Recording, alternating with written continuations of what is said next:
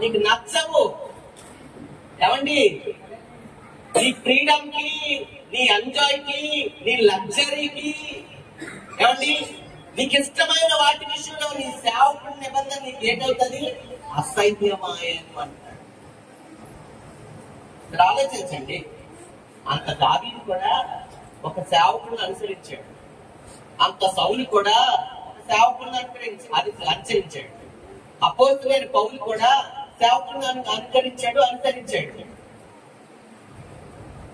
అందుకే యేసు ప్రభు పాత నిబంధన వదిలేయండి, కొత్త నిబంధన వచ్చేవాళ్ళు కొత్త నిబంధన సంఘం అనుకున్నారు. కొత్త నిబంధనలు యేసు ప్రభు చెప్పాడు.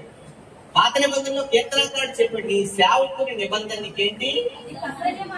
అసహ్యం. దేనికి అసహ్యం? సేవకుడు ఏం చెప్తాడు? మంచి చెప్తాడు.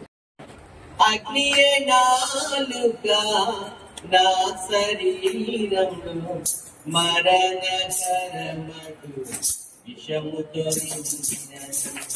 చేరు మాటలు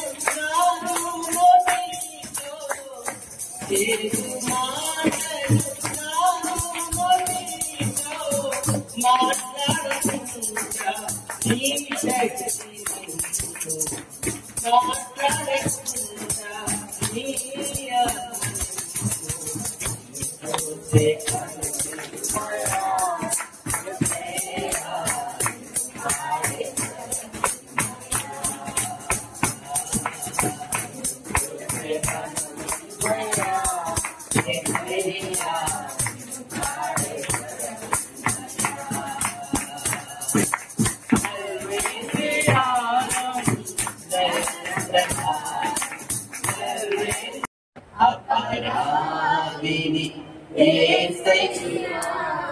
కృప చూపి బ్రోవుమయ్యా,